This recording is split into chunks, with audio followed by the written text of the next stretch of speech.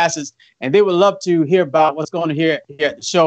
So I'm going to ask that you share the broadcast, share it with your friends, share it inside of your groups, and start some watch parties also. This is exciting. This has been great. You know, I tell you, last week we had a great show. We had Ms. Velma Traham on the show last week, and she was discussing her program that's coming up here next Monday. So if you are in the Atlanta area, I'm going to ask that you go to Millionaire Mindset Academy, millionairemindsetacademy.com. Go to that website. There's a great event that's taking place there in the areas. One of the speakers she'll be having is Reverend Jamal Bryant there at her program. She's one of the members of the chamber. She's doing great work around the country. She has locations in Houston. She has locations in Atlanta, and she has a mini office in Los Angeles. So she's all over the country. She's everywhere. So this is exciting. This is exciting. So I'm really excited about our guests that we have on today. We'll be bringing them up here shortly. Really excited about what we have going on here. So again, I'm Brian Morse with the United States Black Chambers. Again, every week we bring great Black-owned businesses from around the nation. So I'm going to ask that you just share this broadcast. Let everyone know that we are on. We are live. Hang out. We know you probably had a long day at work. It's been tough. Whatever's happened with you and your boss, just forget about that. Get you something to drink. Get you some tea. Get you something to eat, and relax. And let's learn about how to grow a business and how one of our members with the United States Black Chambers, how she was able to grow a great $1 million Black-owned company, particularly being a Black woman. So all of that is especially important.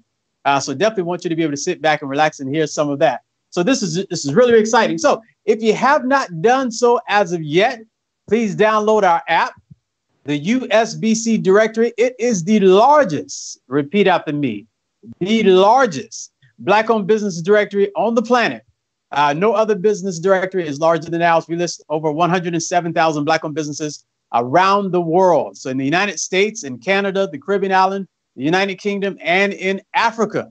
So, and if you're watching from Africa, no matter where you're watching from, please place it down in the comments where you're watching from, who you are, what you're doing, and tell us a little bit about yourself and about your business as we get started here. So this is going to be a great program. So download the app. If you'd like to become a member of the United States Black Chambers, log on to our website, usbcdirectory.com, and click the link that says join. We made it really easy for you. So it's 3 or 4 words, JOIN, join. Join today. So usbcdirectory.com, join the chamber. Man, we have some great Black-owned businesses. I talk with them on a daily basis. I just thank God every day that I have the opportunity to work with great Black-owned companies around the nation and really do what I can to help them to grow. And you're going to hear from one of our members, one of the opportunities that she was able to get because she was a member of the chamber, only because she was a member of the United States Black Chamber. So a great opportunity that was presented to her and to her company. So definitely excited about that. So again, share the broadcast, tell your friends, tell your family about it. I'm not going to take up much time. I want to bring on our guests. But before I do that, we do have a sponsor for the show. And I want to talk a little bit about our sponsor. So today, our sponsor, the sponsor of our show for the USBC Directory Live, he was on the show a couple of weeks ago. MC Harry Associates, great architecture firm out of South Florida. MC Harry Associates is an architecture firm with over 60 years in award-winning and designing services. MC Harry Associates continues to innovate and lead in community excellence. Conveniently located in the heart of Miami, MC Harry Associates has extensive experience in all project and concept ideas. MC Harry's portfolio conveys a diversity of projects that they've successfully completed. Man, a great company. MC Harriet Associates' philosophy is to capture and precisely deliver their client's vision every single time. Their team of architects and designers work harmoniously to achieve greatness. Their success is their client's success. So reach out to MC Harry at marketing at M like Mary, C like Charles, Harry, HARRY.com. Again, contact MC Harry at marketing at mcharry.com. Listen, that is great. So please support our sponsors, man. Our sponsors have been great with the show. We started this show back in September, and it's been really exciting how we've been able to bring our business owners in and really discuss the business. So not going to take up much more time. Got a great show today. I think my speakers and my guests, they're ready. They're anticipating, can't wait to tell their story, and they're excited about what's going on here. I cannot wait to talk with them and to introduce them. So again, Our guest on USBC Directory Live tonight is Tina Williams of TCecure, a Black woman-owned multi-million-dollar cybersecurity IT firm. And just to read a little bit about them and about their company, they're going to bring her on. Tina Williams is the president of TCecure. TCecure is a cybersecurity risk management and critical infrastructure protection company based in Maryland with a presence in multiple states. TCecure reduces the attack surface of client environments and systems by providing multiple services.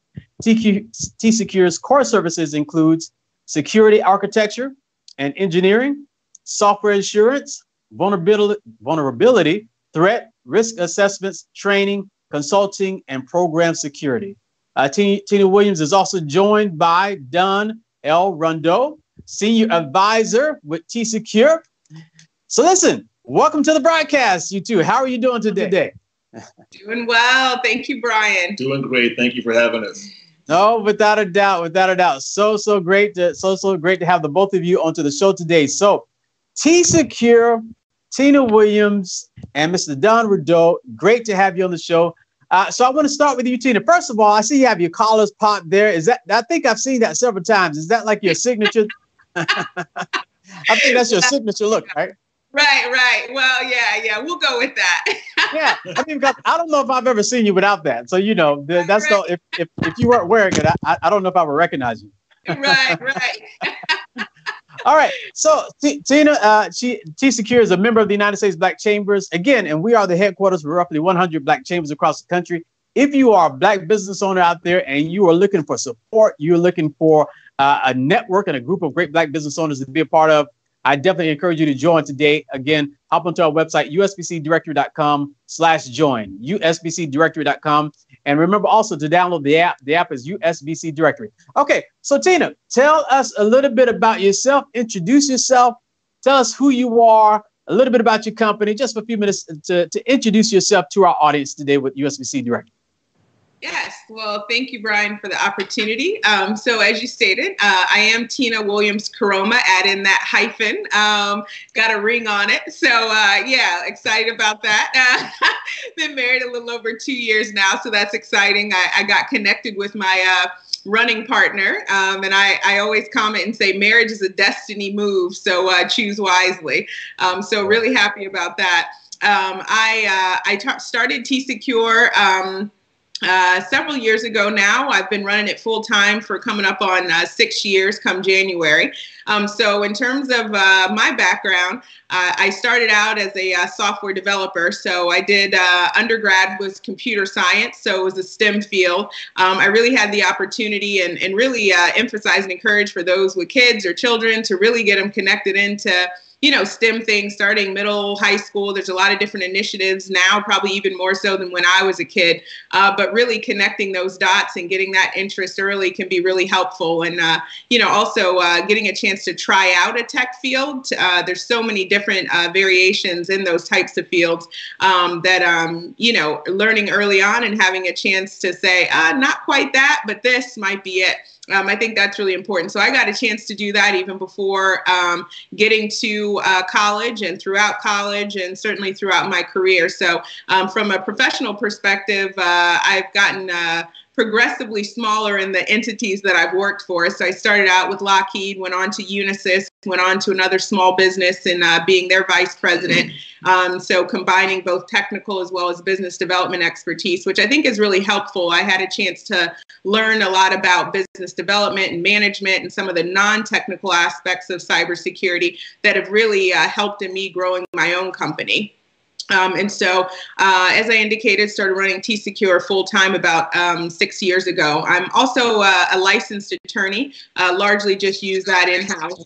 So from a degrees perspective, it's a bachelor's in computer science, a master's in management with an e-business concentration, and a law degree, and license for the state of Maryland. So certainly when it comes to cybersecurity, I like and have the opportunity and experience and education to approach cyber from both a technical, business, and legal policy capacity.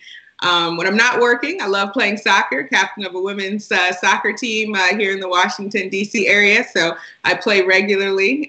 We've had some great championship wins of late. So that's always exciting and fun. And when do you sleep? Yeah. Do you sleep? Yeah. I actually saw this analogy one time. This pastor, he indicated, if you want to have if you want everything to fit, you have to look at your top priorities as like stones or rock. He had a container, and he indicated if you put the stones or rock in first as like the top priorities, then sand is the other stuff that you want to do. Everything fits. But if you put in some of the ancillary stuff as represented by sand in first, then the top priorities or the rocks will never fit in the container. So yes, I'll say all of that to say sleep is one of those core stones or rocks that goes into the container first. So yeah, I think it's in. Yeah. Oh, that's a great analogy. That's a great analogy. All right. Yeah. So Mr.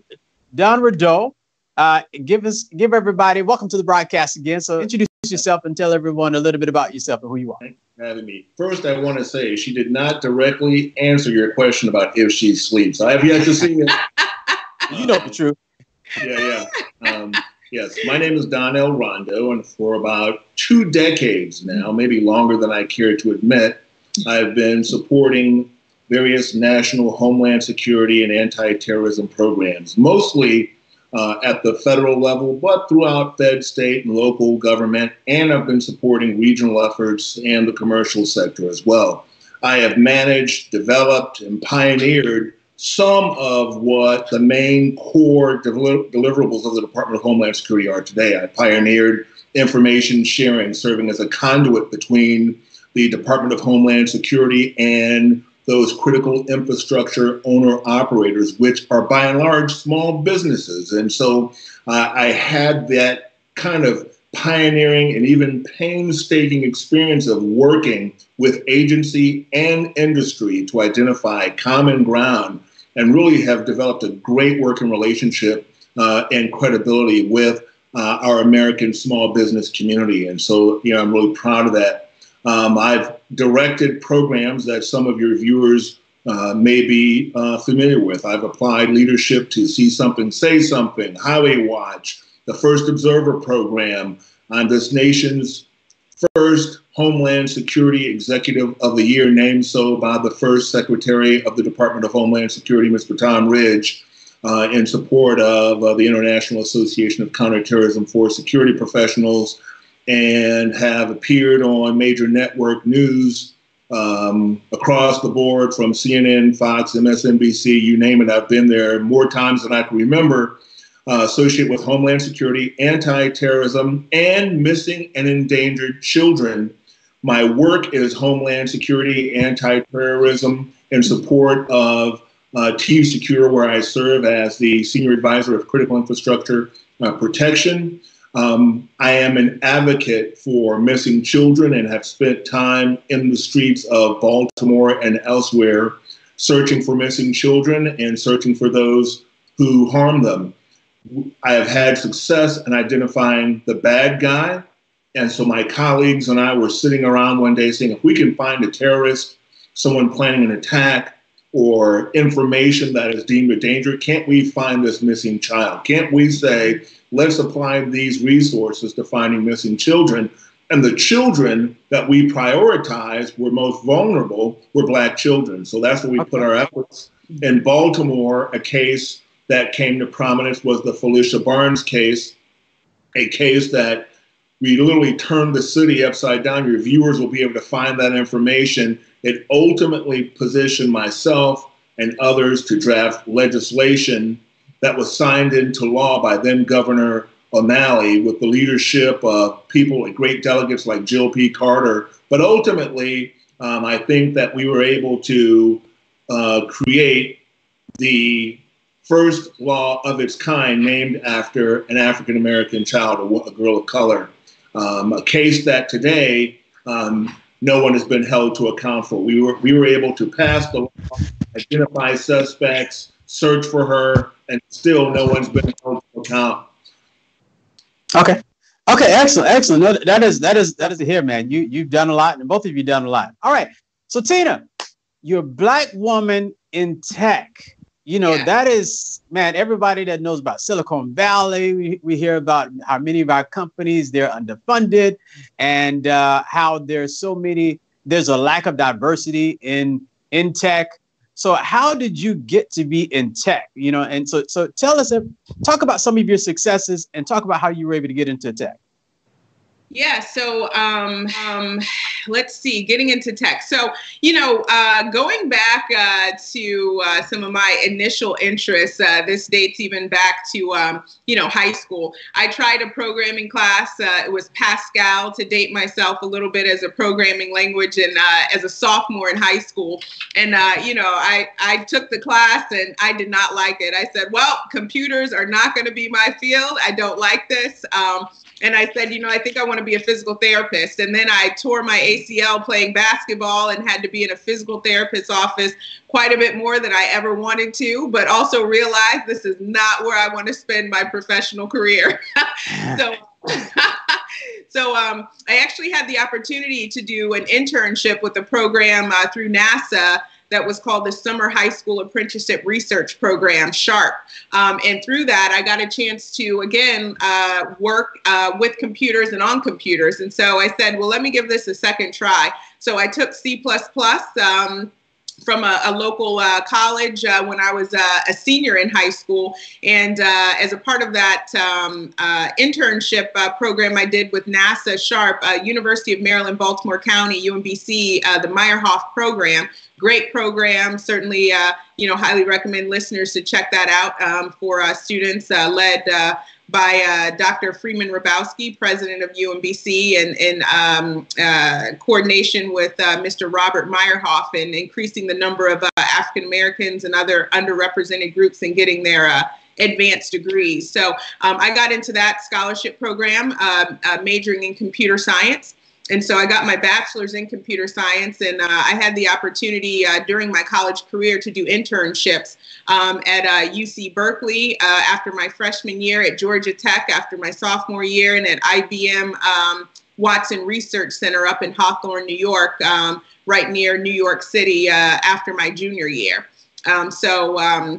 I've stayed within that realm. When I was with Lockheed, I did a rotational program, started out with software development, but realized I'm not passionate enough about software development in particular, and had a chance to rotate into a position around network security and cybersecurity. And I haven't turned back since. So had varying degrees of cyber exposure in a lot of different capacities, doing some computer forensics type of work, as well as doing assessments and engineering and testing. So a lot of the services that you currently see reflected in TCecure now are ones where I've had throughout my career the opportunity to actually deliver in myself. So that's the great thing about being an entrepreneur. I get to take various areas that I'm passionate about.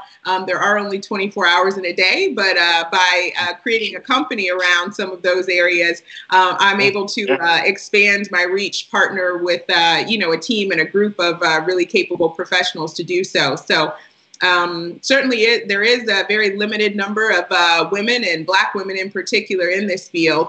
And I work, I serve as a board director, vice chair for TEDCO Maryland, and here in Maryland, which is the Technology Development Corporation.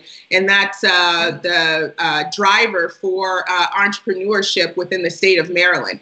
So I have a really great opportunity as an entrepreneur myself, but also working in the capacity as a board member to really get involved in making the various entrepreneurs here within the state, to include underrepresented ones, knowledgeable and aware of what the opportunities are, and some of the education around building a company. So it's that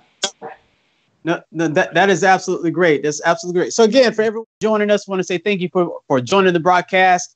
Please share the broadcast, start some watch parties. So again, we're here today with Tina Williams of TCecure, and Don Rondeau, senior advisor with TCecure, a Black-owned $1 million IT firm. So I really want to get into the nuts and bolts about what you're doing. But for those that are just watching, tell them about some of the great successes that you've had with your company, and what you've been able to do. So, and don't be shy. You know, pop your collar. Don't be shy.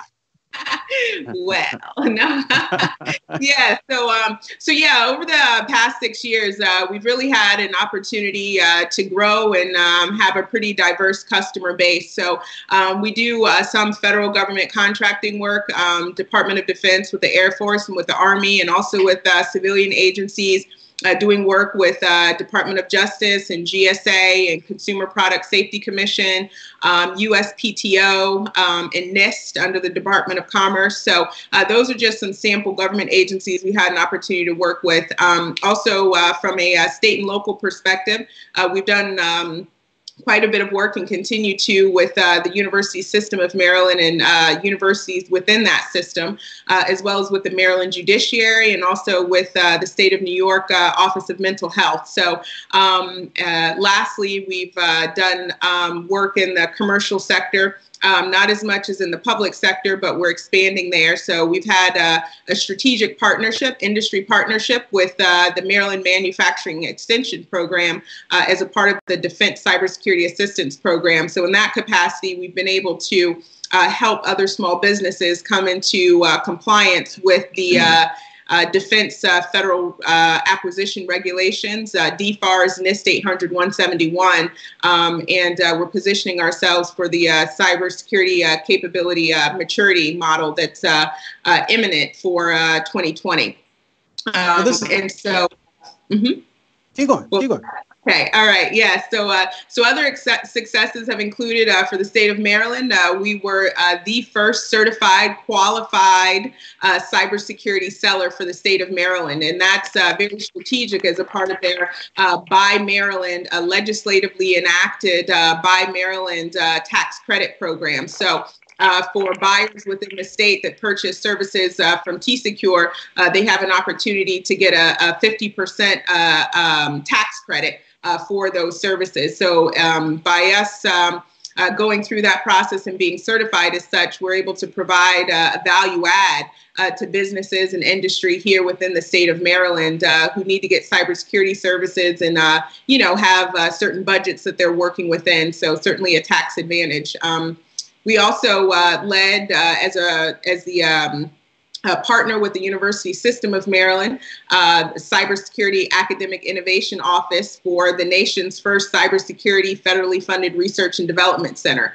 So we had the opportunity to work with University System of Maryland, with NIST, the National Institute of Standards and Technology, to help integrate cybersecurity into in academia into the process that NIST has at the National Cybersecurity Center of Excellence, creating cybersecurity solutions for industry, practical cybersecurity solutions for industry.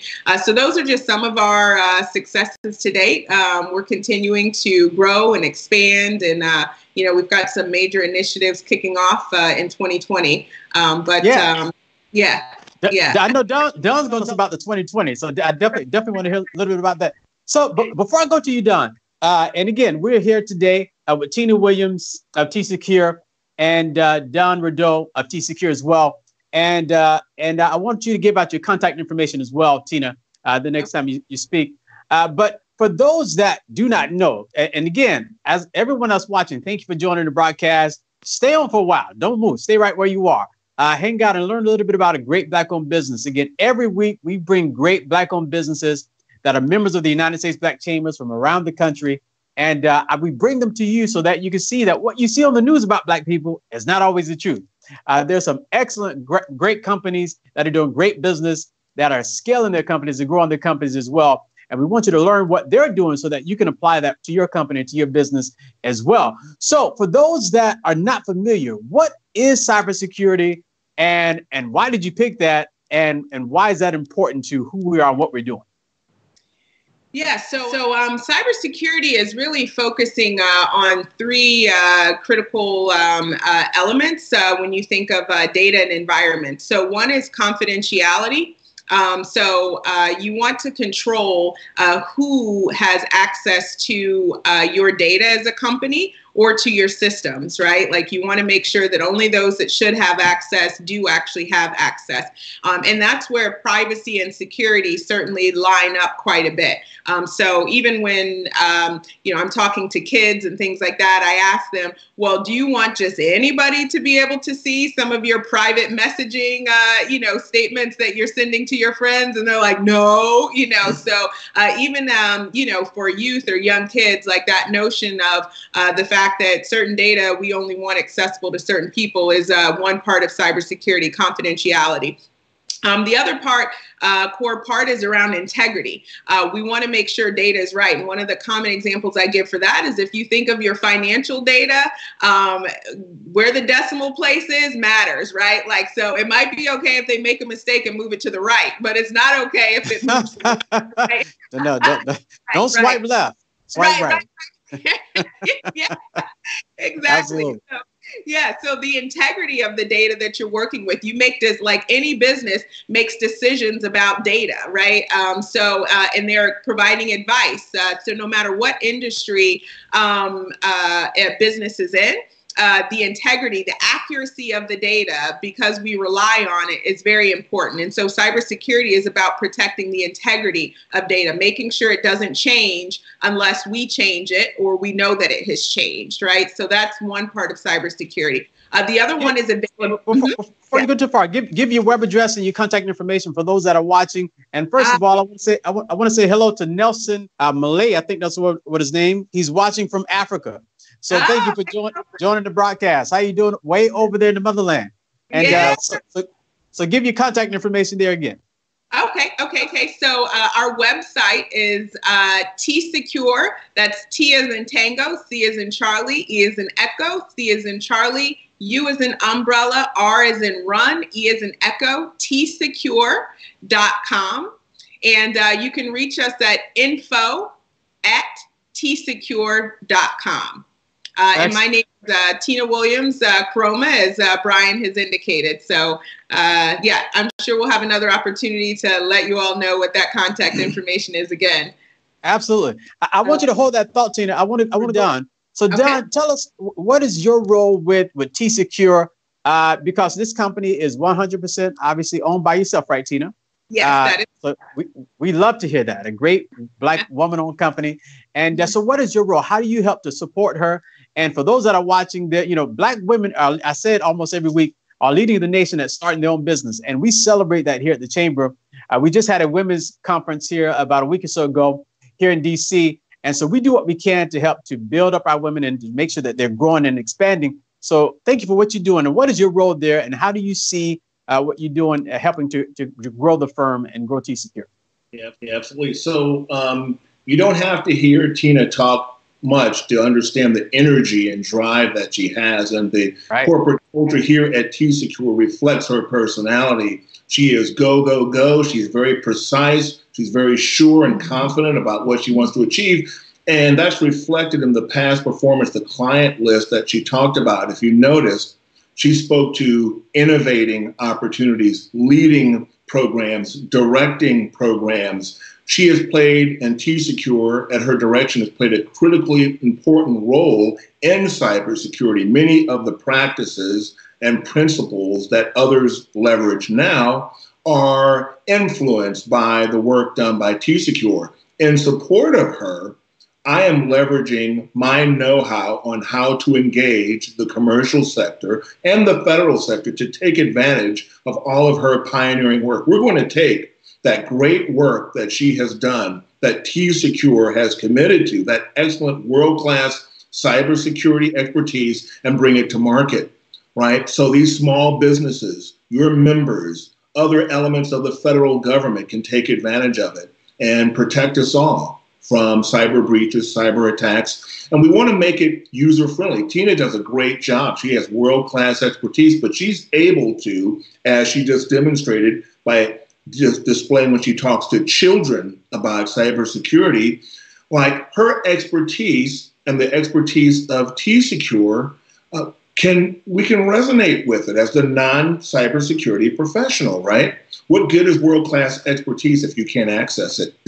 Pardon me. Well, TCecure, our mission is to make this world-class expertise accessible by the business community. Now, large commercial companies, they may have a cybersecurity and IT security person or department, but we know, and I know you know, that the driver of our economy, the most probably important segment of our business community, is small business. Yeah. That's the job generator, right? Our country goes as small business goes. But they're also the most vulnerable. They're the most targeted by bad guys. They are most likely to experience a cyber breach. And the consequences of a cyber breach in the small business community, in that sector, in commercial sector, can be devastating. And the SBA routinely promotes on their website that it can ultimately lead to it puts them out of business. Just one breach. That is such a great point that you just mentioned there. I love that. So let's break that down, because many Black people that are in business are watching this. And again, welcome to everyone that's watching. I'm Brian Morse of the United States Black Chambers. We have Tina Williams of TCecure at Karoma. Tina Williams Karoma, correct? Yes, she got married, so she corrected me earlier. Of TCecure, and Don Rideau here talking about cybersecurity and TCecure Company, $1 million Black-owned, woman-owned company. So for the company out there, we have, with the chamber, we have members that are doing hundreds of millions of dollars in business. And then we have those that are doing hundreds of thousands of dollars. And then we have the startups as well. So for those that are startups and those that are in the hundreds of thousands of dollars space, explain to them, and I love what you just said, Don. I want to jump to Tina. Explain to them why this space is so important for them and why they need to protect their website against attack. We all hear everything what's going on with Russia and Facebook and all of that. But why does that make sense to a small business making $100,000, $500,000 in business? Yeah, it makes a lot of sense because our customers trust us. They trust us with the data that they provide to us. So I talked recently to another business that was working on providing services to children within schools. And so I had a conversation with her about the types of data that she's collecting about those children. And so it's very important that we protect that type of data, because our customers just have a baseline expectation that when we're giving them the data, that they're giving it to us. They're not giving it to someone who may be breaching our systems. They're not sharing it with some stranger. They're sharing that data with us and trusting us with it. And so our ability, or another business owner's ability to protect that is very important. As I talked about from a cybersecurity perspective, it's both the confidentiality of the data, the integrity of the data, no matter the business, from a startup to, multi-million-dollar business. The confidentiality, integrity, and availability of data is critical. Getting that kind of reputation early on and having to, respond to or pay for some breach notification, type of deal. Small businesses may not recover from that, right? Like some larger. Well, that's a great point. Now, for those that are watching, so when you say breach, what do you mean by breach? So I have a website. Again, my company, I might be selling a product or a service, making $100,000, $250,000, $500,000 in business. What does a breach mean to a company like that? So every state has their own data breach laws. And so the thresholds may be different. So, some states may say if you have records of like 10,000 people, right? If an attacker is able to break into your system and access some of your customers' data, that would be considered a breach. And when you have a breach, there's certain notification steps that you have to take. You might have to notify your consumers. Some of us may have gotten emails before saying, X, Y, and Z company was breached. Your data was confirmed as being compromised. And they then offer you a year's worth of monitoring protection, right, of your social security number and credit monitoring and things like that. That company has to pay for that, right? Like either they have an insurance policy or they're paying for it directly, but they have to pay for their customers whose information was breached or compromised, right? So that's just from a legal perspective, what they may have to do and pay for. But then there's a reputational perspective. If a company finds out that by giving my data to this company, it was compromised, and now I'm dealing with identity theft because somebody, stole my credit card information or, has other personal information about me. I don't really want to go back to that company anymore, right? And that's, whether it's a pizza shop or a veterinarian, type of company or a beauty salon, right? Nobody likes that feeling of when I gave my data to this company, it was compromised. Wait, speaking of that, that is a great point again.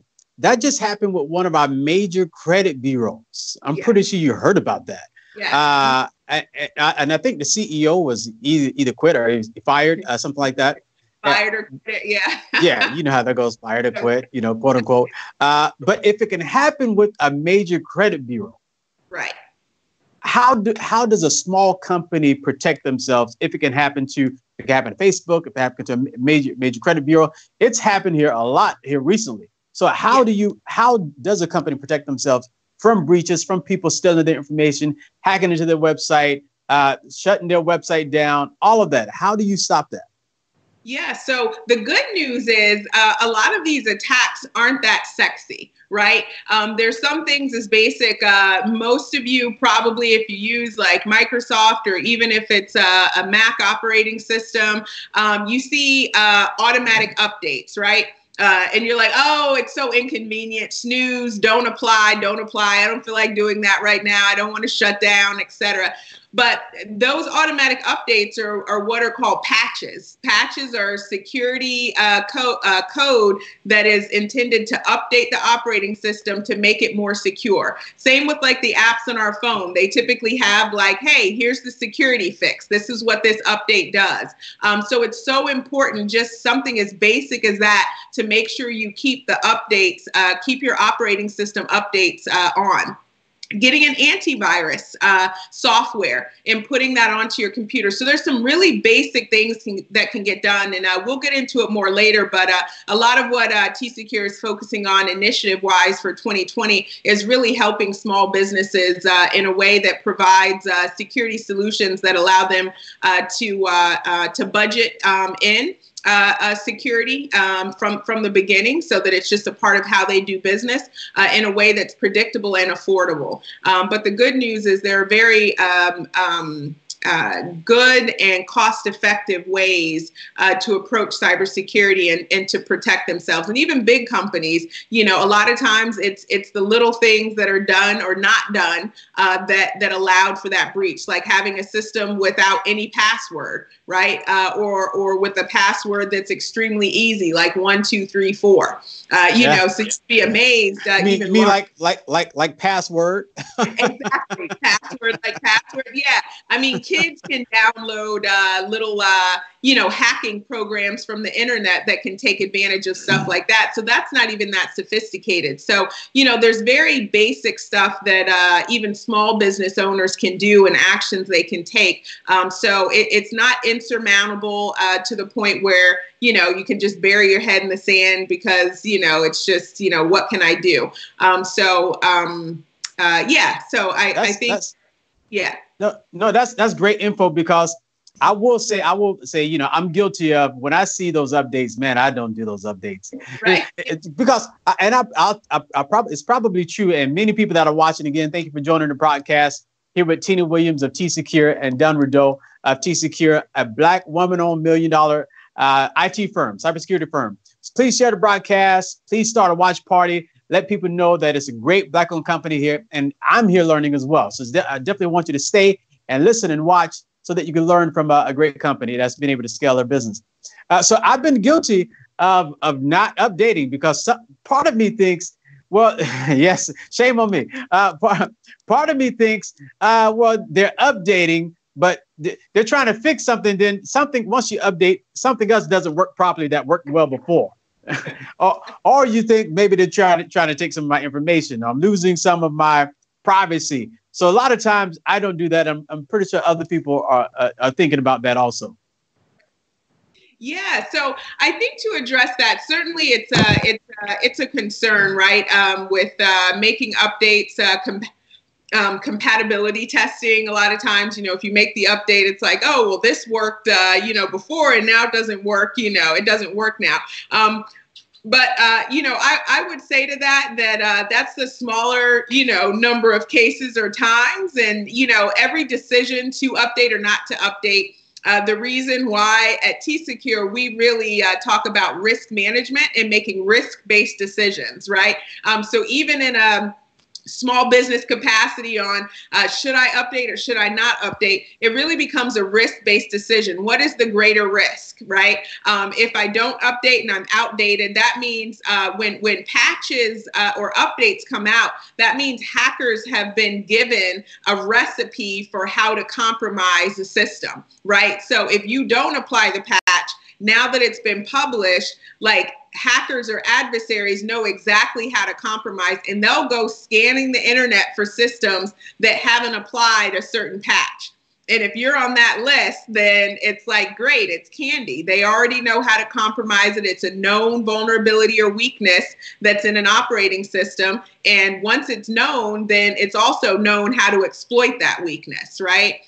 So that's where, as small business owners, it's important to make a risk-based decision, right? Like, so if you, if the application that may no longer work isn't a core one to your business, then maybe that's not that critical, right?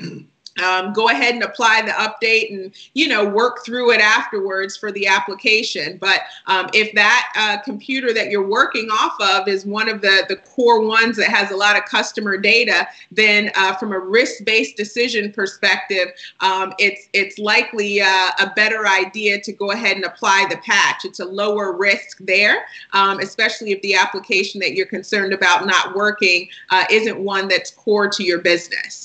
Or to providing services to your clients. And that's great. All right, done. So we talked a lot about that. So in your role and what you're doing with TCecure, expound upon what she said a little bit, because you brought that up. I thought that was such a great point. Expound a little bit on that. Yeah, sure. So one of our challenges is meeting the demand of small business owners. The dynamics that we're speaking about are really a failure of those of us in cybersecurity. We have a market, they're experts in their domain, but they know little about cybersecurity. When I met Tina long before coming to work for her, she was that one world-class expert that could break it down for me, that didn't position me to have to become a cybersecurity expert to make an informed decision, right? I can do what was important to me. And so now here, that's my mission in support of her, right? She has this world-class expertise. She's able to break it down and put me in a position to make a risk-based decision, a data-driven decision. All of your viewers are experts in their domain, but they didn't necessarily get into their business to become a cybersecurity expert, right? That's not what they dreamed about doing. And so far too often, people who are in cybersecurity don't understand that they engage small businesses in a way that would require them to develop, to even request help, to even call in and say, what do I need? How much does this cost? Where my mission in support of TCecure, in support of Tina, is to expand upon the good work that she's already done by answering that question, that they know how much it's going to cost, that they know what they need, that they don't have to ask us in our language. They don't have to speak cyber to say, I need to be secure. I don't want anyone to have access to my stuff. I want to be able to monitor my network. I want to protect my customers' information. What's the best way to do that with my budget and my business? And so we answer that question proactively. We have built those products and services. 2020 is going to be a very exciting year because we really feel like we're on the cusp of changing the way cybersecurity services and products are introduced to the marketplace. The stereotypical, please go ahead. No, finish that thought. But I don't want you to get into 2020 yet. I'm going to go to Tina, then I'm going to jump back to you. But finish that thought, what you were saying. There's a stereotypical engagement where you have the IT guy or gal, and she's rolling her eyes at the ill-informed small business owner who doesn't know a router from a server, or, these things, right? And that exists. But what they fail to understand, what I've learned a long time ago, is that business owners, successful business owners, they are experts. They have every bit as much expertise in their domain as us cybersecurity professionals, right? And so any time that a person fails to implement basic cybersecurity procedures to protect themselves, that's a lack of awareness, and that's a failure of cybersecurity professionals. Now, at TCecure, we're not going to fail like that. We're going to make sure that we inform the marketplace, we educate the marketplace, that we position them to ask for the support and services that require in the language that they speak and in the way that they do this. Yeah. No, that is great stuff to know. And I think it's so if you are out there and you're a company, and it doesn't matter what size you are, I'm going to ask that you reach out to our guests. Because we all need to be protected. We see the news every day again about Russia and about Facebook and about Cambridge Analytics and all of these, every other company out there that has all of our information. And but we don't. By the time we give it out, we do not know where that information is going, whose hands it's landing into, who they're selling it to, and no. So Tina, give your contact information again, so that those that are watching can reach out to you, and then also. Give that, and then we're going to come right back to you. But give your contact information really quick. Okay, thanks, Brian. Yeah, so you can check us out online at TCecure.com. That's T as in Tango, C as in Charlie, E as in Echo, C as in Charlie, U as in Umbrella, R as in Run, E as in Echo, TCecure.com. And you can email us at info@TCecure.com. We're also on Facebook and LinkedIn. So you can stay up to date with us there, and we look forward to hearing from you. No, that's great. All right. So again, we're here as you just mentioned with Tina Williams of TCecure, and also Don Rideau of TCecure, a great Black woman-owned company. Thank you all for joining us. Please share the broadcast and tell everyone that we're on and that we're live. And so I want to say hello to a few individuals from the broadcast that's been watching. We have quite a few. So Nanda Redding, thank you for watching the broadcast. Regina Maxey, thank you for watching. Dorothy Cole, hello there to you as well. Gertrude Fisher, thank you for joining the broadcast. Please share the broadcast and start some watch parties. And Becky Murillo, thank you for joining. Brian Owes, one of our members. How you doing, sir? And of course, Miss Keisha Jennings is watching. Thank you for watching there, Miss Keisha Jennings. And Erica Michelle Bailey, thank you for sharing the broadcast. Thank you all.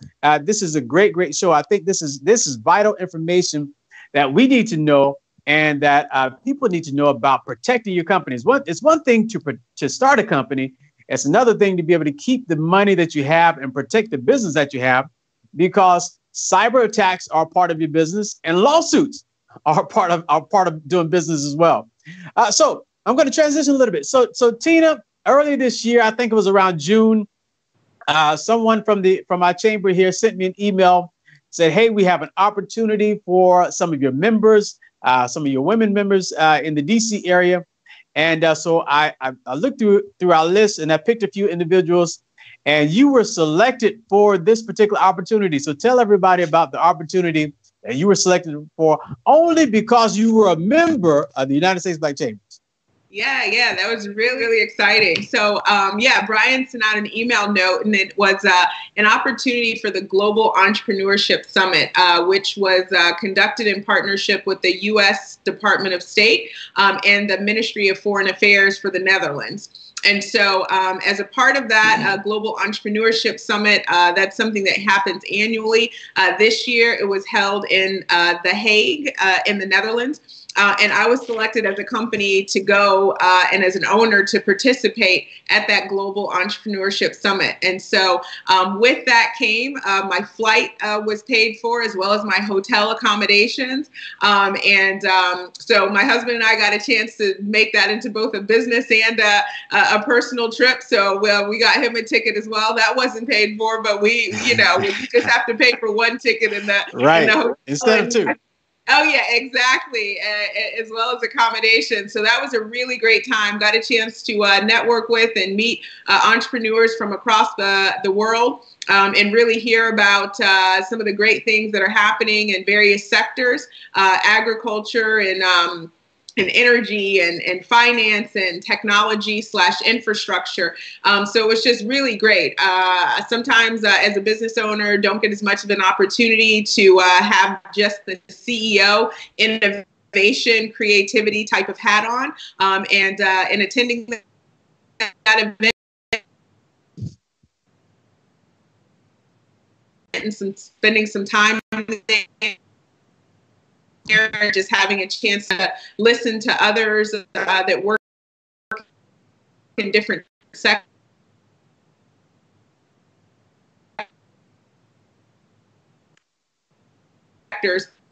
was just really, really impactful.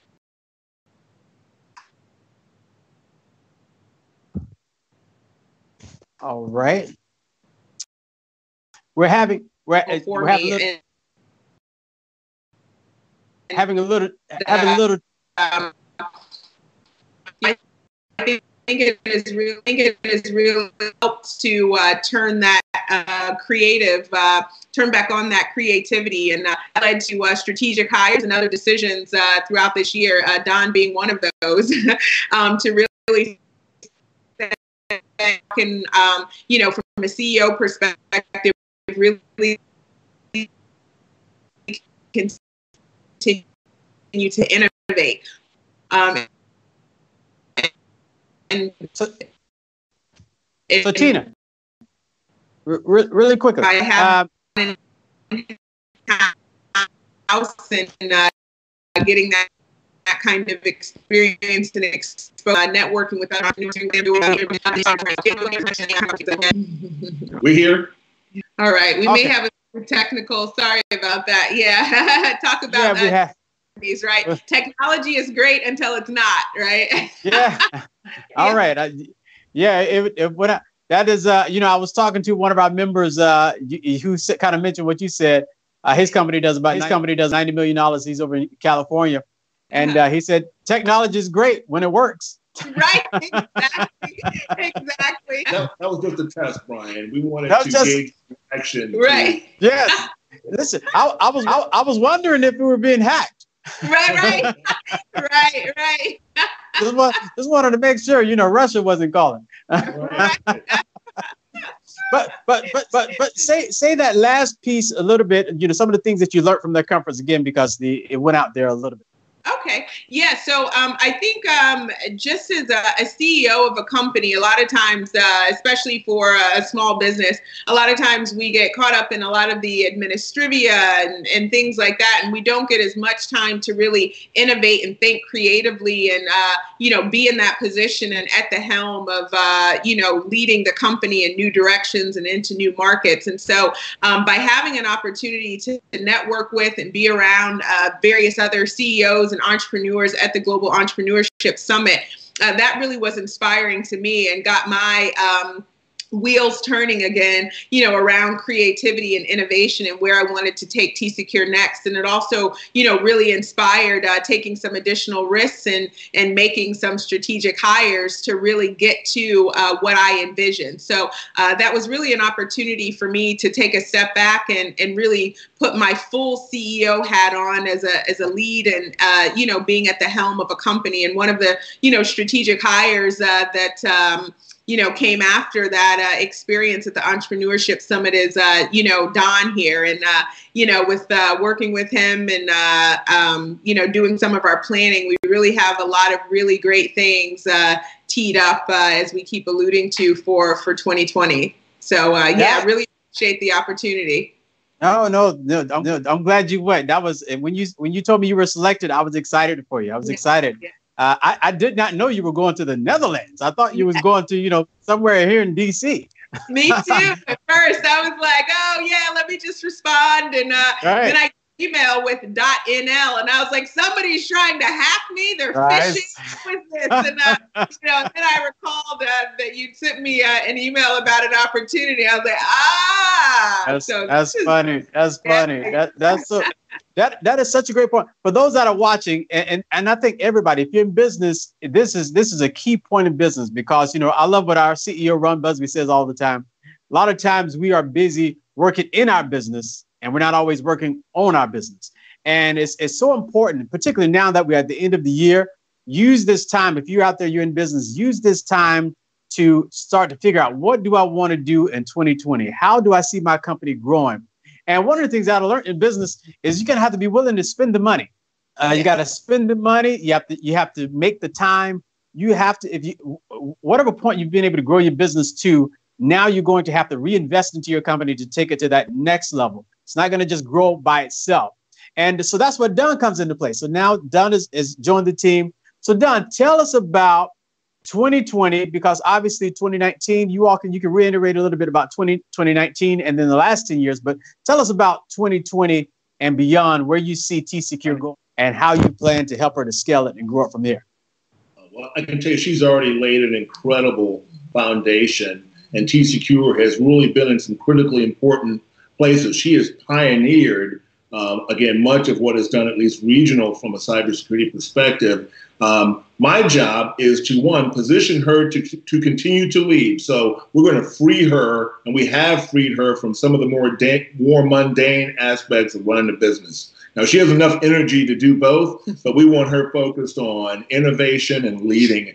And that's what she does, and she's uniquely good at it. So we're taking the lessons learned and all of the practices that we've pioneered and introducing them to the marketplace in a way that we know will impact the client and consumer experience, right? And we say consumer in a way that is consistent with how people buy stuff. We want people to feel as though they can buy their cybersecurity expertise, their products and service, the same way they can buy a meal, the same way they can buy a car. They make an informed, data-driven decision, understand what their wants and needs are, and the price and what they're getting is clearly communicated to them. They don't have to become experts.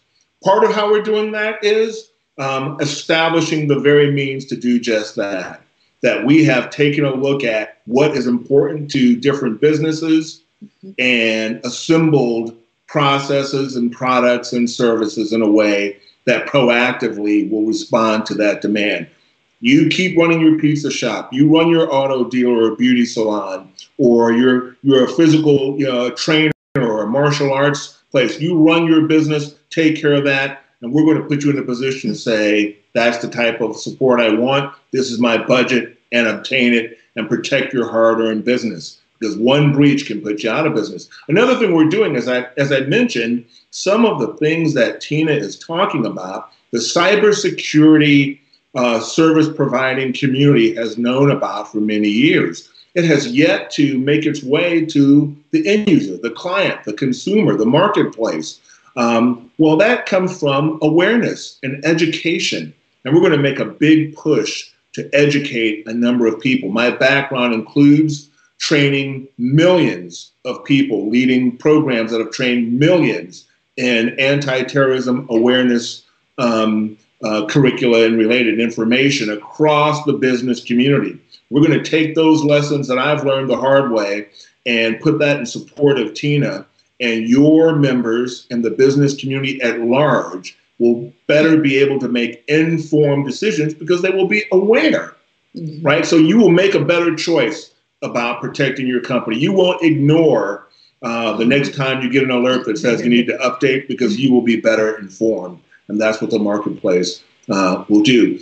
We talk about risk-based decision-making, data-driven decisions. Well, people have to have that data. They have to understand what those risks are to their business, and we're going to put them in a position to do that.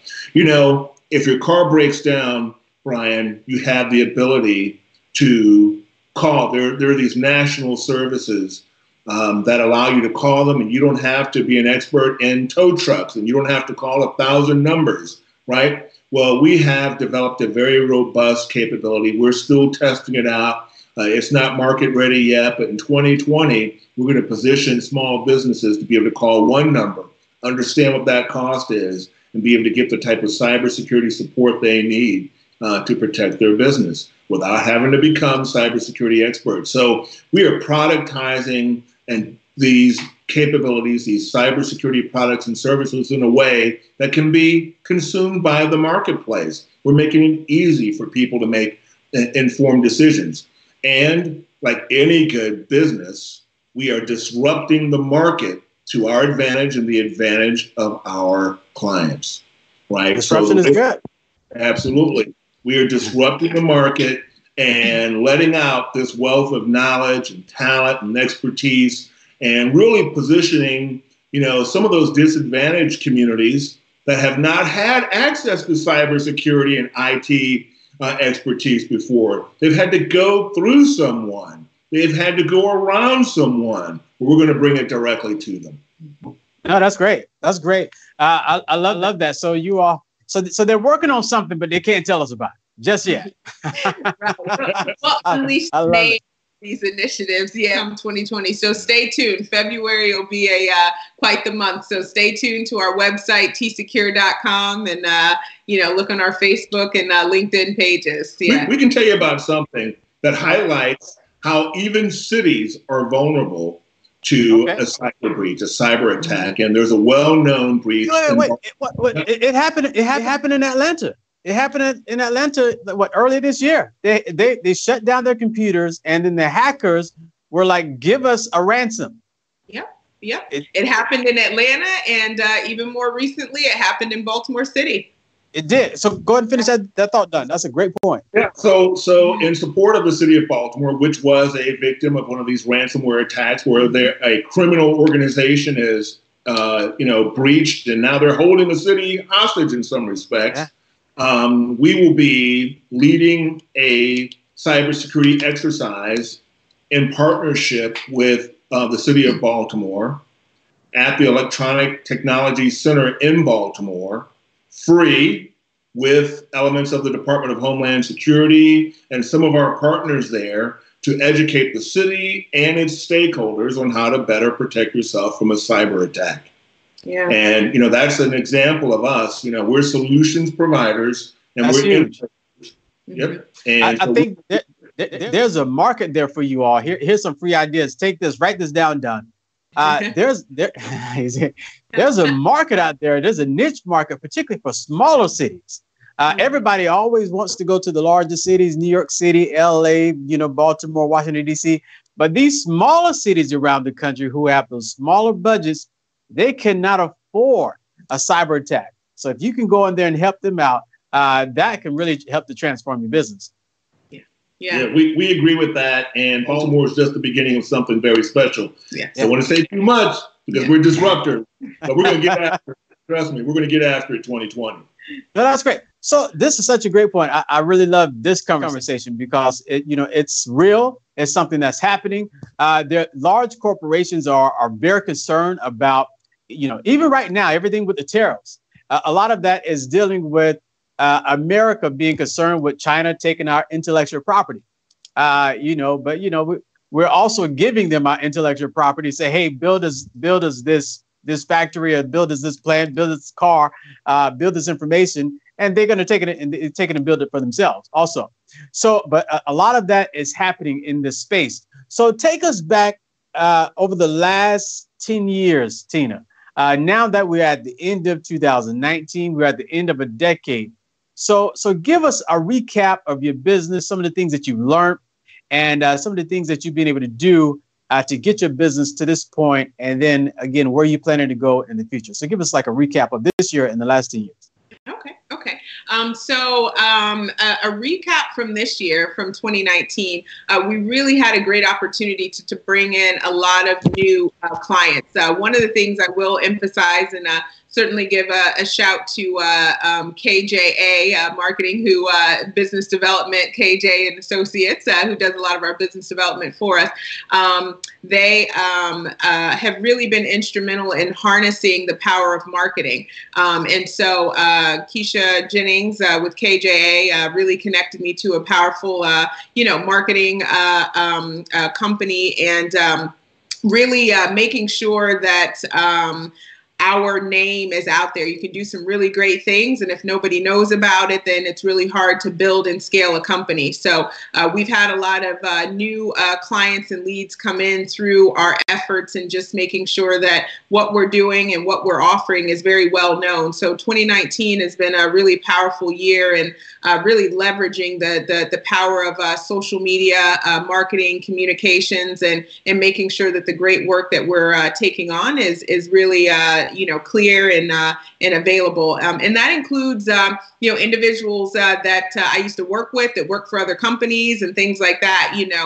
Good work begets more good work and opportunity. So that's another thing that I put out there. Certainly business development is important, but some of the greatest business development is just making sure you deliver appropriately for your clients. And even now, I'm glad that you mentioned a 10 years. I've been running TCecure full time for about 6 years now. But a lot of that has really led up to my experiences before then, to being able to really run TCecure successfully. So, opportunities as working as a manager in a larger company, and then as a vice president in another small business before starting TCecure, a lot of these ideas and just the skills and expertise leading up to, TCecure having a formal name and us, me full-time operating in it. A lot of that planning started before I was operating TCecure full-time, right? And so I think it's really imperative to start that kind of preparation for those that may not, be full-time in their businesses yet. I do think it is very helpful for, a few years out before you want to start running it full-time, that you start making plans, start really understanding what it takes to run a business full-time, making sure your finances are lined up in support of that, right? Because customers can pay slow sometimes. You perform the work, and I always say have at least enough in the bank to be able to cover things for a good 3 months, right? A good 90-day period before you actually see the first check. Yeah, that is such a great point. So with your business, when you first started it, were you completely full time, or did you go part time and then you went full time? So I actually had the blessing and the gift of having the company that I was working for at the time become my first client. So I actually had a business that was supportive in me launching out of my own. And so I had the opportunity to start full time in supporting a client that I used to work for, and just able to support them in a B2B capacity versus in a W-2 capacity. So from there, I was able to continue getting and winning new contracts and growing and expanding. So I started the company on paper, I like to say, at the end of 2012, because I had an opportunity where a colleague of mine needed some training for a customer, a public sector customer. And, so I said, well, hold that check. I know that I'm going to start a business. You can make it out to a business name instead of Smart. Yeah.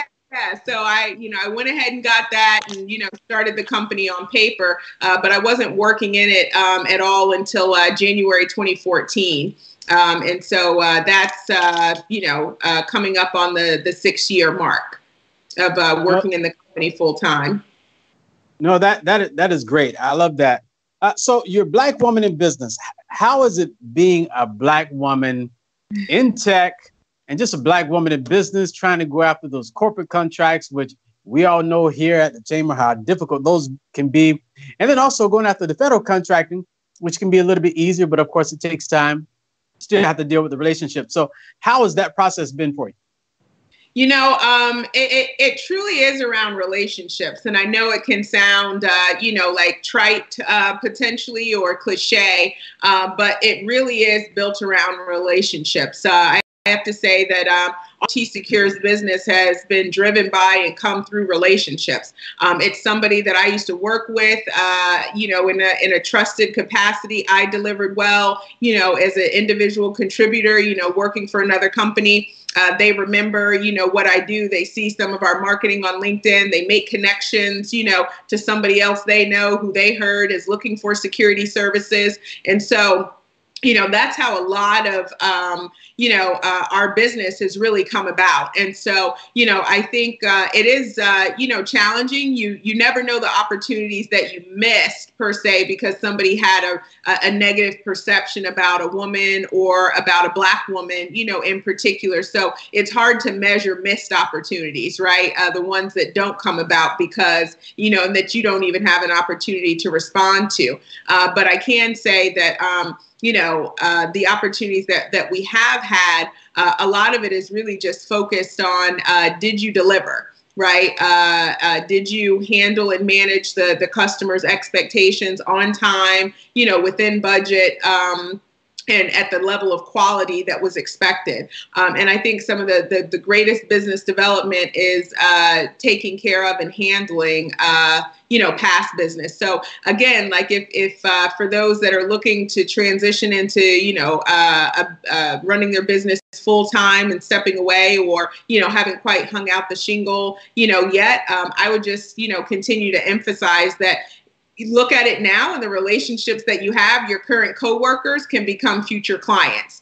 Anybody that you're working with and networking with now, as you're growing and scaling your company, it's just important that your personal reputation, as Scripture says, a good name is rather to be chosen than great riches. Yes. Absolutely. Right. One of my favorite scriptures. I love that. Yes. So maintain your good name. Operate with integrity. Memories can run long, and a good name can bring those great riches. So that would be my feedback, and especially as a Black woman, where it's already, you're kind of digging out of a hole in terms of perceptions. It's vital to maintain a good name. I was just going to ask you particularly about being, there are a lot of Black women that are watching, and those that are in business. And so, talk, if you have any particular experiences, give us some of those experiences that you've had with being a Black woman in business, being a Black woman in the tech. It doesn't necessarily have to be negative. It can be positive or negative.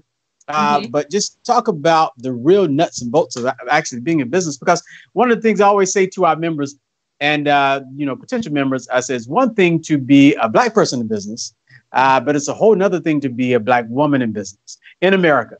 And it's hard enough to build a $100,000 company, let alone $1 million company.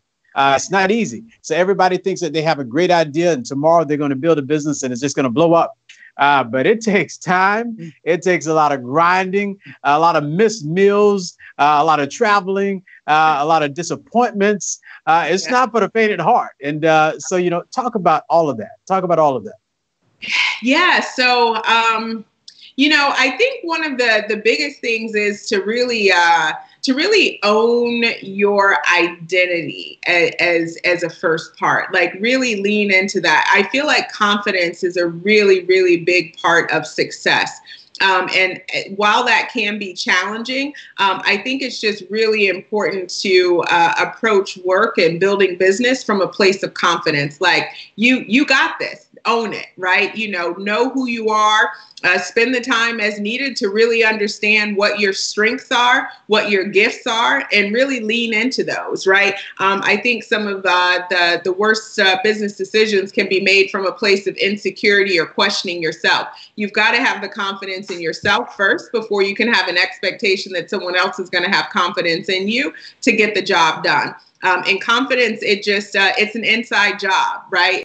It really is. And I can't emphasize enough just the importance of that aspect of just knowing who you are, owning who you are. And I think that starts to speak for itself in the way that you carry yourself. Even as, people may challenge certain things, someone can disagree with me professionally. I'm not upset about it. I know why I have the professional opinion that I do, and I'm fine with a disagreement. And I'm also opening to hearing their ideas, right? Like I can innovate and I can grow because I'm not coming from a place of insecurity about what I know or what my accomplishments are or my ability to get the job done, right?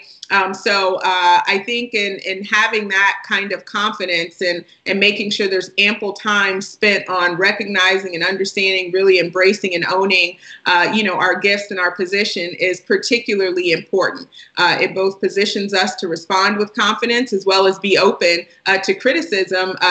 Whether that criticism is well meant or intended or not, sometimes some of the best ideas can come from, someone throwing out some criticism. It's like, well, thank you for that. I've got a new idea based on that, right? So our ability to kind of take that and roll it into the next thing and keep moving forward, I think is really important. I've had experiences in my career. I remember one time walking into a meeting and a guy in the meeting asked, what are you doing here? I don't know if he asked because I was Black, because I was a woman, because, what? I don't know why he asked, but, I just sat down and I said, I'm here because I was invited. And I just sat there, and when the guy who had invited me and asked me to come to the meeting, he came in right on time and he said, yeah, I'm the one that has her here. So it was just, there it is. I'm not getting upset at all. I'm here because I'm supposed to be here, just like you're supposed to be here, right? So yeah. So I mean, I think things come, but I would just really say that confidence in really owning your identity is extremely vital, because you are going to come across like different people with different perceptions and opinions and things to say, and all of that, and it just becomes a distraction. Like, you're in business to grow, to scale, to make money, and all the other stuff is noise. Cancel that, right? So cancel. Cancel. Right. No, this is good. No, this is great. All right. So any final thoughts that you all want to leave us with? Again, everyone, thank you for joining us. Again, we're here with Tina Williams of TCecure, and also Don Rideau, and a great Black woman-owned cybersecurity company that's doing great things, that's looking to scale. And maybe the both of you could talk about this. Tina, you first, and then Don, you can kind of jump on this. So talk about the struggle from starting the business, getting it to 6 figures, and then scaling it from 6 figures to 7 figures. And now we're looking at, Don, how do we get it to 8 figures and 9 figures? Right. Yeah. So, it is. You referred to a grind and a hustle. That indeed it is, right? One of the things that I say is very, very, very important is make sure to keep a close eye on finances. I started out, managing, thinking I would just run QuickBooks myself. A few months in, I said, no, that is not a strong area of mine. Math is certainly, but trying to get the nuances and the books and all of that, I quickly got bookkeepers who were looking at the numbers on a regular basis. After that, I got a financial guy who keeps track of my rates. So I have my bill rates assessed at least twice a year. And then I brought in an operations assistant about 3 years ago that interfaces with both the finance person as well as my bookkeepers. So I can't emphasize enough, if you want to grow and scale and make sure you're charging the right amounts, make sure that you're in a position to really understand what's my profitability. And every time you're quoting, you want to have a clear picture of how much profit is included within that quote. That means having a really tight handle on your expenses, on your overhead, on the cost of benefits for your employees. It's just really, really, really vital if you want to have a financially healthy company to keep a very ongoing pulse on your finances. So that's a really core part of growth. And you can't change what you don't know, right?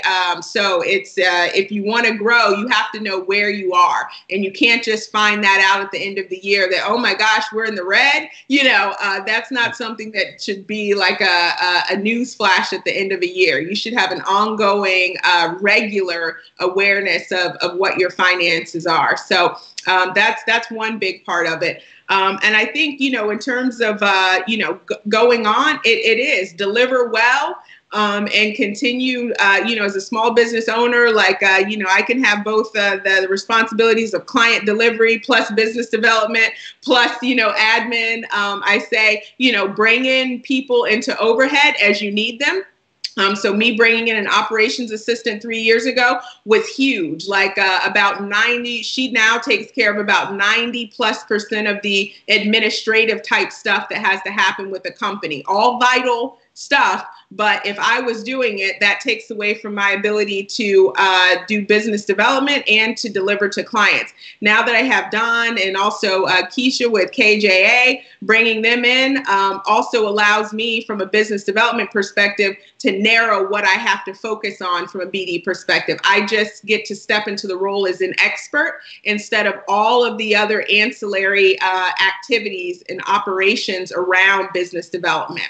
Right. And then client delivery, I've started to bring in, some really great talent as in different creative ways to be able to satisfy, our clients. So in all of those ways, it's really positioned me to and continues to position me to think like a CEO, to look ahead, to continue to innovate so that, that we can scale from, our being $1 million plus, business into, those 8, 9, on up figures. No, that Don, what you want to jump on that? Well, certainly. Look, I am a byproduct of the informed decision-making process that Tina alluded to. She doesn't guess about her business. It's too important to her. So she has brought aboard people like myself who have a track record of success. So my background is one of developing businesses, growing businesses from the startup stage and creating and managing programs upwards of $50 million. And so that's the type of expertise that she wanted here at TCecure. I've had the honor and privilege of knowing her for years before coming here. And, I've just been amazed at her ability to lead. And so my mission here is to, one, duplicate or exceed my previous success relative to growth. And I think critical to doing that is keeping her position to lead, to elevate her out of the mundane, out of the administration of the company, and can keep her firmly planted in the leadership of the company. She's an incredible communicator, an incredible leader. She runs this company. Make no mistake about it. She is my boss. She is the boss of everybody else who works here. She is a leader. And that is a prerequisite for high-performing professionals like myself. So part of what she talked about was being a Black woman. I can't speak to that, but I can talk about once you are the best, you only hire the best. And that is, the second you're not hiring the best and you're entrusting something that you've built to people who are not of your caliber, who aren't smart at what they do, you've made a mistake. Tina has hired the absolute best. And I'm not just speaking about myself. Everyone here at TCecure has a track record of success. She's done a great job of assembling a great team. You're not just talking about yourself, but you are talking about yourself too, though. I love it. Listen, if you don't ring your bell, who else is going to do it? No, I think that is great stuff. If you are out there, if you're watching, that was worth the price of admission. Because one of our companies does about $50 million in revenue, and what he discussed. He's also in the cybersecurity space, so I may need to connect the two of you. Yeah, right. And one of the things that he discussed is great for you to be able to scale, but your people have to be able to scale with you. And sometimes employees that you have with the company, they're not scalable. They're able to get you to 100,000. They can get you to $500,000. They might be able to get you to $1 million, but they probably are not scalable to get you to $5 million, to $10 million, to $15 and $20 million in business. And so to be able to find those employees that can help get you to that level is key. And sometimes, and we're on Facebook here, and one of the things that I heard about Mark Zuckerberg is he is great at firing. So it's great to be able to find the right talent, but you also have to know when to cut your talent and go and get someone else. And so being able to know when to do that and how to do that is key in business. And so, in business, we love our people, particularly those who grew up with us in business, who want to be loyal to them. But sometimes we have to recognize they are not good for where you're trying to go, particularly now that it's at the end of the year. Somebody that's watching me probably needs to fire somebody. It's at the end of the year. It might not feel good, but this is at the end of the year. It's time to start a new year and a new decade off right. Somebody needs to be fired. If you want to go, you got to get rid of your heavy load. You got to get rid of your baggage so that you can grow. And to your other point, one of the other things that Oprah said, sign your own checks. You know, so many times business owners are not watching their money. They're like basketball players, NFL players, you know, baseball players. They're just good at what they're doing and not learning the business. We must learn the business so that we can grow. So being able to find the right talent, the right individuals, and watching the money, I think that's absolutely key, Tina. Yes, indeed. Yeah. So you asked if there were any last words or comments that we have. One of the things. Tell us about your book. You want to tell us about your book now? I do. Yes. Tell us about your book. It's called Our Father's Business. Hopefully you all can see it. The subtitle of it is Pick Up the Mission, Then Drop the Mic. And so it's really a book about understanding that our professional and personal life titles serve a broader life purpose. So for those that are spiritual and even those who are not, Christ asked a pivotal question when he was just a young boy, and it was one that could be seen as disruptive even of it in and of itself, because he was asking, why are you looking for me? Addressing his parents. Don't you know it must be about my Father's business, right? And so for all of us, sometimes being about our Father's business, pursuing our life purpose, really involves us not following some predefined script that somebody else has given us. So I mentioned earlier the importance and criticality of really owning our identity. The extension of that is owning our identity, owning our destiny, and owning our ventures. If you're not owning these, somebody else is, right? And so the book just really talks about and looks at the life of Christ and how he went about really owning his identity, his destiny, and his ventures, and how we can replicate the same in our lives, and really owning who we are, what we were born to do, and some of those ventures that support that. So you can reach out, to me at TCecure, or you can check out tinaclarice.com to find out more information about this book and how to purchase it. It's available on Amazon, Barnes & Noble, iTunes, and I really encourage you to grab it. Great Christmas gift, great way to start the new year with an entrepreneurial mind and an ownership, a mind to own. Listen, I love it. So the book it's called Our Father's Business. Yes. Our Father's Business. And spell TCecure for everyone out there. So give all the contact information again, your contact information, your web address, where they can get the book. Listen, it's December 11th. Some of us have not started Christmas shopping yet. Start by buying this book and give it to everybody in your family. A great gift. Yeah. So for your cybersecurity services, find us at TCecure. T as in Tango, C as in Charlie, E as in Echo, C as in Charlie, U as in Umbrella, R as in Rich, E as in Echo, TCecure.com. You can also email us at info@TCecure.com. To purchase a copy of the book, you can check out tinaclarice.com, TINACLARICE.com to get a copy of Our Father's Business, Pick Up the Mission, Then Drop the Mic. You can find TCecure, Facebook, and LinkedIn. And we certainly look forward to hearing from you for your cyber services. And hopefully you are also inspired if you check out the book and grab a copy. This was great stuff, man. Right at the end, man, that was some really good stuff there. I love it. So I want to say hello to Rosemarie Diaz Garcia. She's watching. She says she loves me. I think she was talking about me, but she's probably talking about you. She said, I love you. I'm so grateful for you. Thank you, Rosemarie, for watching the show. Thank you very much. She's been faithful at watching the show here the last couple of weeks. Please reach out to me when you can, Rosemarie. We'd love to see how our organization can work together with you. And your web address, we have your web address listed down here at the bottom also. Tina, so those that are interested in reaching out to you and learning more about you and about your company, again, is www.T as in Tom, C as in Charlie, E as in Edward, C as in Charlie again, U as in Umbrella, R as in Reggie, E as in Edward.com, TCecure.com. Everyone needs to be secure in their business, which is absolutely important. So I want to say hello again to Ms. Velma Traham. How you doing, Velma? We had on the show last week. Thank you for joining us. Miriam Snyder, thank you for joining us as well. Ms. Val Gamble, how are you doing? Thank you. And Carl Tribble Repcheck. Thank you for joining us. Mary Mitchell, one of our members here at the Chamber. Thank you for joining us as well. Ethel Lundy and National Sales Network of Orlando. Thank you as well. And everyone else that's been joining the broadcast. Mr. Hitman Greg, thank you for joining us also. Thank you for joining this broadcast. And Sundiata Unique L, thank you for joining us also. Thank you for watching this broadcast. Thank you, everyone. Every week we bring great Black-owned businesses that have great products, great services. And we got some more coming up at the end of the year here also. So definitely stay tuned.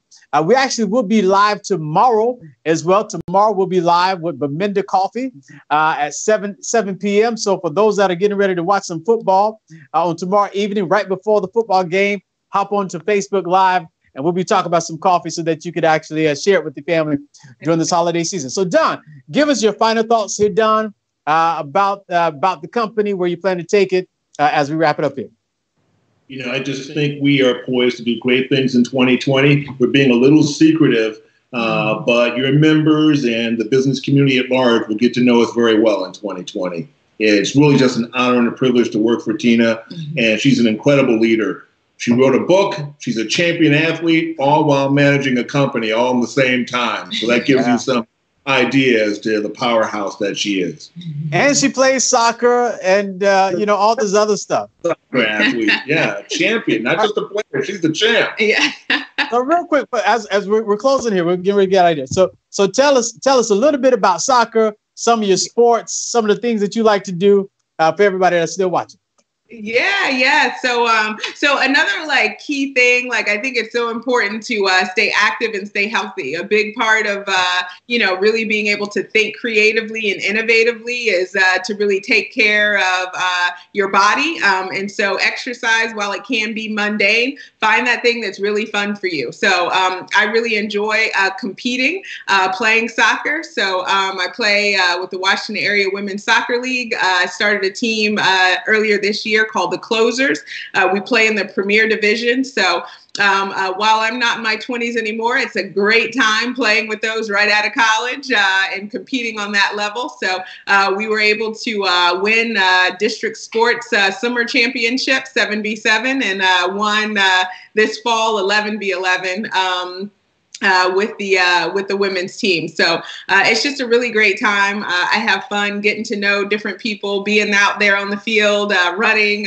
It feels great. I have to do a lot more to warm up and cool down, not being too anymore. But, I think it's just really inspiring. It's what makes me want to get good rest and, in a balanced manner. I play with women on another team that I don't lead, but they're, I'm probably the youngest one on that team, and they're, 50 and 55 and 60. Wow. They're still playing soccer, and so I think it's really great and it's possible.